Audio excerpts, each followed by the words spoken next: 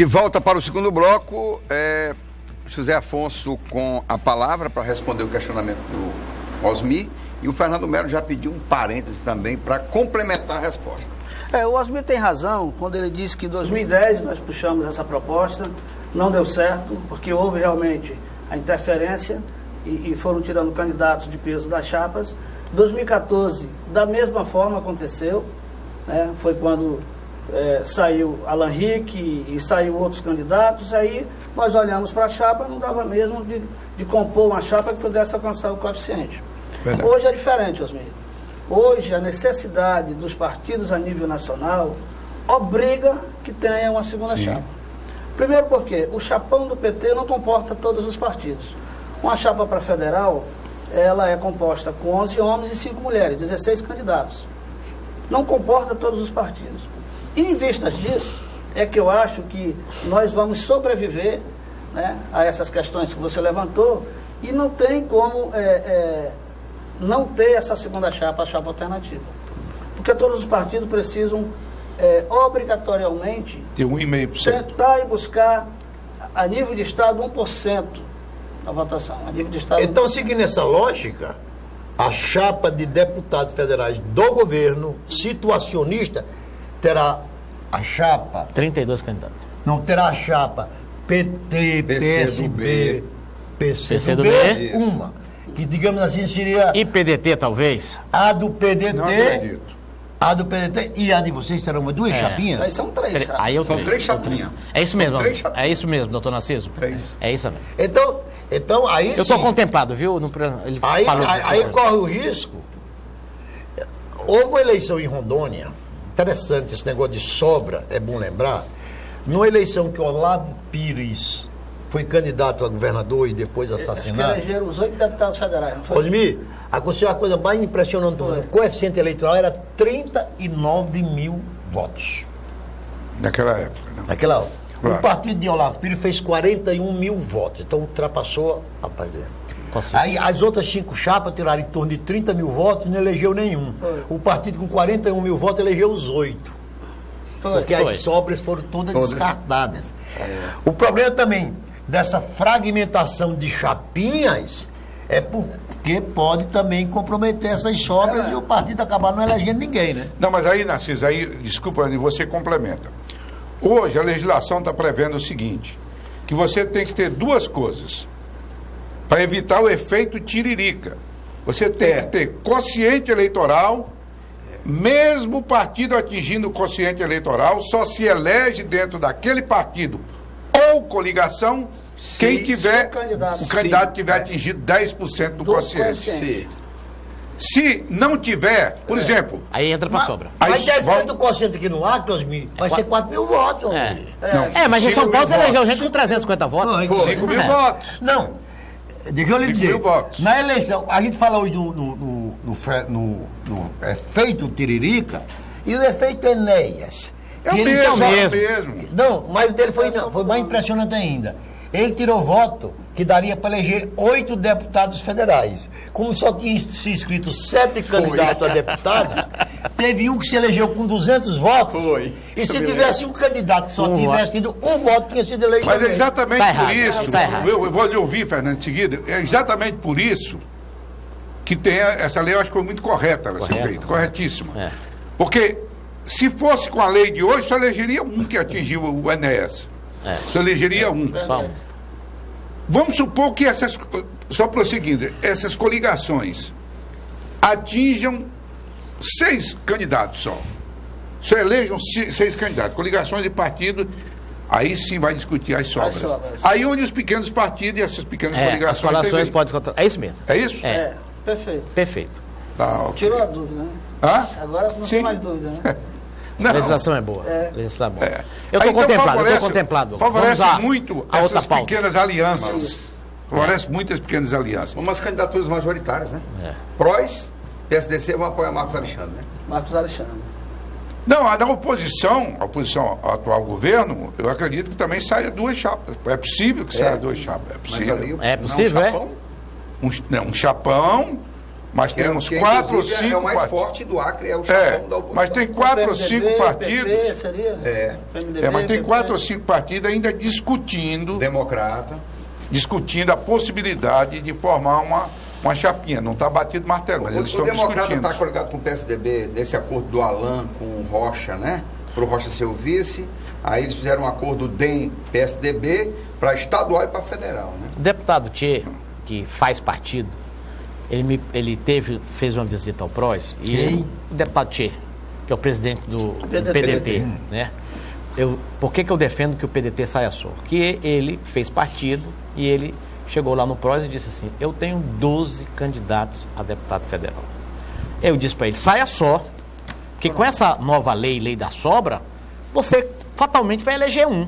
Eu pergunto, esse conselho é bom ou ruim? Ele queria se ver. Não, para eleger um. Porque você acha que se ele for lá disputar com as pessoas que já têm mandato, né? 3 do PT, o César Messias e a Perpétua lá, e colocar mais os 12 candidatos dele lá, ele poderia... Não é melhor sair só e arriscar a sobra? Então por que não sair com vocês? Deveria ter feito, sair só eleger o Jamil. Sim, por que não sairia junto com vocês, pequenos partidos, aqui o PSDC, o PROS? Porque nós somos nanico, minha filha, já é grande.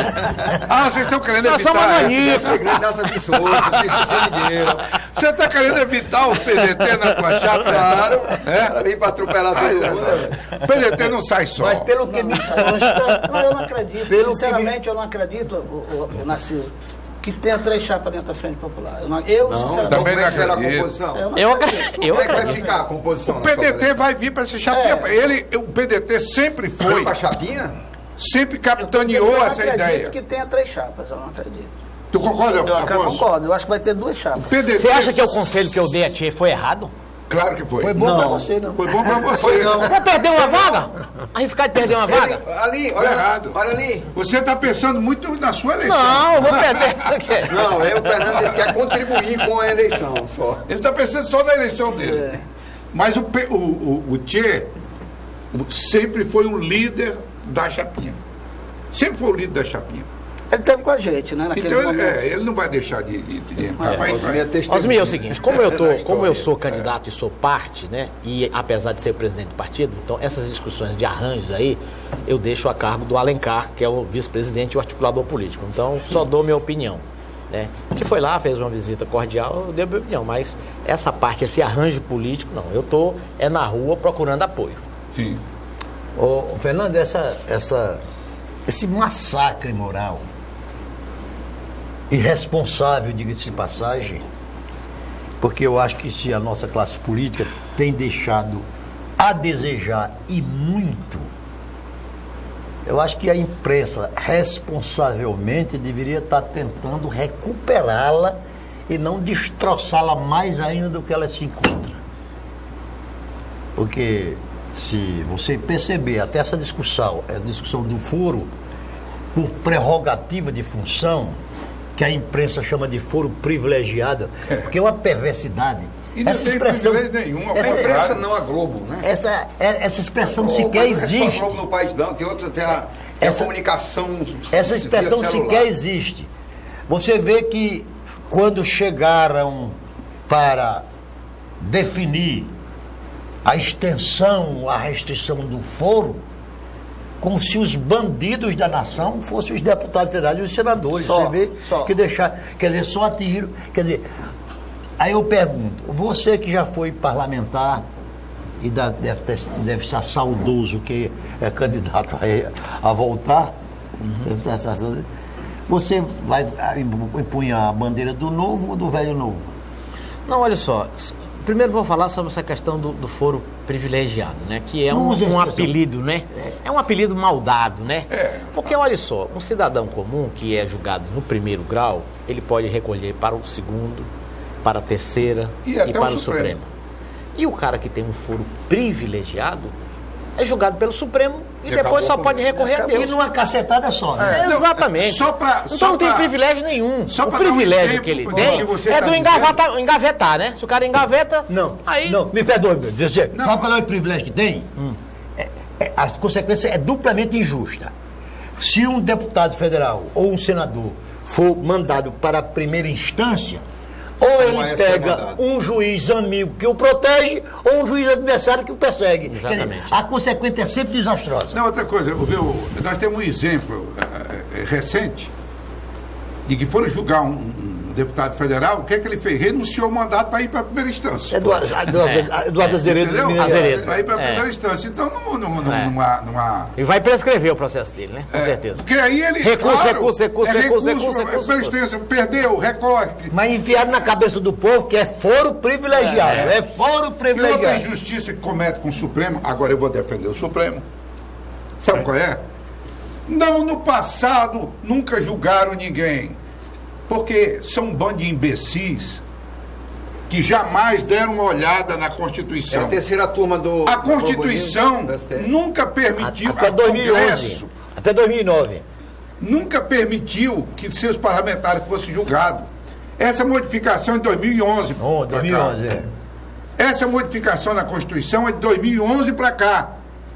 Antes, nunca. A Câmara dos Deputados ou o Senado permitia que o Supremo fosse julgado. Fosse julgado. Aí os caras colocam como se o Supremo não julgasse. Só que a questão do foro, desde ontem, já está sendo debatida e que vai ser ampliada e que ficaria só os presidentes das instituições, né?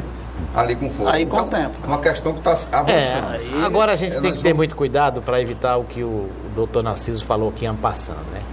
Das perseguições. Mas claro que vai existir, vai emergir.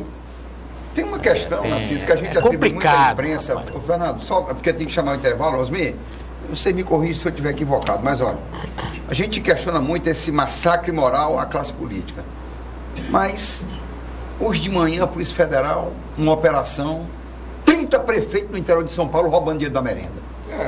Aí não dá. Aí você pega Jucá, Eliseu Padilha, o Temer, Collor, Renan, pega um pessoal que está atolado na corrupção, a turma toda também. Quem tiver envolvido, então, isso respalda a imprensa a dizer, olha lá e apontar o dedo. Não tem como. Sim, isso é verdade. Deixa eu intervalo, a gente volta já. Já pro terceiro bloco.